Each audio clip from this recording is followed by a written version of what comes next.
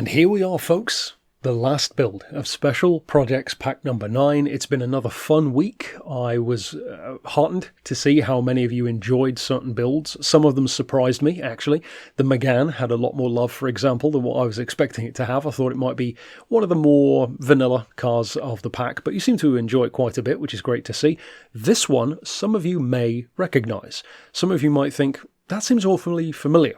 Or some of you may remember I have actually technically built this car before. So what's the deal? Am I running low on ideas and just doubling up on stuff that I've already done?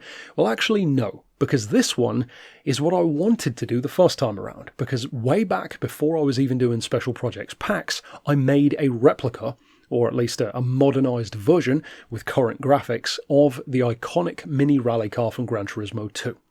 However, you cannot tune the car to get the right numbers that one had. You can get it to 63 horsepower, of course, but many who, of course, remember that Mini will know that when you bought the car, it actually didn't have 63 horsepower. It had 240. So quite a big difference. We couldn't do that, though, until the advent of buying engines. Now, with the engine swap, you can get the exact numbers. Or I think it's like 1 horsepower off. It's like 239. We're running 240, but close enough. And of course, 700 kilos. So this is more of an update to an existing special project. I will still, of course, put a link to the player's design. It's the exact same design that I used last time. So, of course, if you already have that one, you don't need to change anything. As far as the parts, like I said, you will need to put the engine swap into it. And as far as the actual upgrades themselves, this is a bit of an unfortunate one because I've had to fit a lot of things and then restrict the car quite a lot just to get it to the right level. So you'll have to bear with me on that one. We've got the stage 1 weight. The comfort hards, of course, are already on there, but we will be taking this off-road. So, of course, down here you can see we've got the dirt tyres fitted. You want your stage 2 weight. We've got the power restrictor, which you will be needing. The ballast as well. As far as the semi-race, we've got the fully customised computer. We have the fully customised diff and the stage 3 weight reduction. Might be surprising that I don't have the rigidity increase. Like I've said before, you could go for it if you want to. I don't really feel that it's entirely necessary for this car. For the racing stuff, we've got the silencer, the filter, the manifold, pads and discs. I've gone for drilled. Really doesn't matter what you go for, drilled, slotted or carbon ceramics. We've got the race clutch and flywheel, the race suspension, of course, the race transmission. And I do have, I think from some different build I did, the racing medium tyres, but you don't need those. As far as the extreme stuff, again, carbon ceramics.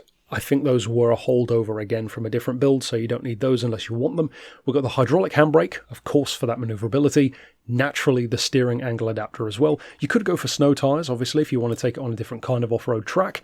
And then we don't have anything fitted for the ultimate section. So even with 700 kilos and 240 horsepower, I believe the one I built before was like 160 or something like that, it's still only a 486-point car, which is quite interesting. You'd think that a Mini with nearly 250 horses would be a lot higher than that, but I guess it's the dirt tyres for you. So as far as the tuning goes, we've made some changes. There are some similarities to the other one, but a few changes here and there. I've got the ride height on 120, 4 on anti-roll, 38 and 42 for the dampers, for, of course, compression and expansion, 2.10 for the springs, a little bit of camber, just half a degree on the front, none on the back, a lot of toe on the rear, and any who have followed my front-wheel drive rally builds in particular will know that's nothing new. I like to really get that back end out. And of course, if you can get the back end to swing around, you can make up for a lot of the otherwise heavy steering that a front-wheel drive car can often have. So we've got a little bit of toe in on the front for that same reason. Really helps to turn into the corners. So 15 there, and then way, way out on the back in the toe, up to 75. As far as the diff, I've opted for 5, 5 and 30, as you can see down here. That might not be to everyone's taste, but give it a try. If you already know one that you prefer, of course, by all means go for it. As far as the diff, or not the diff, the transmission I should say, we've got a relatively close ratio box, 230 kilometers an hour. There aren't really many dirt tracks where you're going to need more than that, so I would say that's sufficient enough, but give it a try, I guess. As far as the ballast, you want 90 kilos. That brings us up to 700, just like Gran Turismo 2. I've put that all the way to the front, which might be surprising. Not a 50-50 split, or at least not even any closer to a 50-50. And as you may have guessed, the reason for that, of course, is to have as little weight over the back as possible. So you've got all the weight. It actually gives you two benefits. You've got all the weight over the engine, which of course is where the driven wheels are. So that helps the traction, especially at lower speeds and off the line. But then having less weight over the rear allows you to really swing that back end around. And again, with such a short wheelbase, you need all of the advantage that you can get in terms of drifting this thing through corners, because the front wheel drive, as you know, will not do it for you. We've got a hell of a lot of restriction though when it comes to the ECU, all the way down to 70, so as low as it can literally go. Thankfully, that just about gets us to 240 horses. It's the long way around of getting there, but what can you do? You know, we work with what we've got. And of course, you can see all the parts over here that we have fitted. Naturally, though, I mean, what better place to take it than the same dirt track that we took it the first time around to show you what it can do.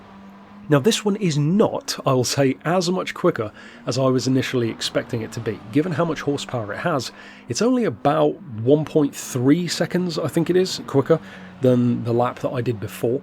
And it's definitely heavier through corners. And I think the weight difference, of course, will change that.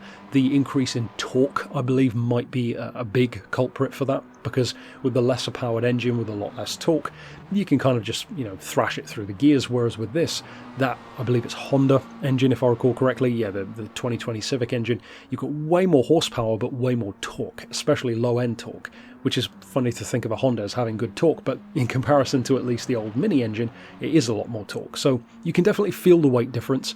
If you do want to mess around and maybe change the ballast placement to have a bit more over the rear, or change the diff, of course, play around with it. That's the whole point of many of these tunes, find out what works best for you. And at the end of the day, this is an update in spirit of what was in Gran Turismo 2 rather than a strict replica, and that allows us, of course, to have some freedom. So if you've joined me on the journey of Special Projects Pack number 9, I hope you've enjoyed it. I know many of you have. I've seen the comments of people who've enjoyed certain builds. I'd love to hear which ones you enjoyed the most, and of course we will be doing more in future, so stick around for those. But ultimately, that's it for Special Projects. I'll see you next time with more, and for now, thanks for watching.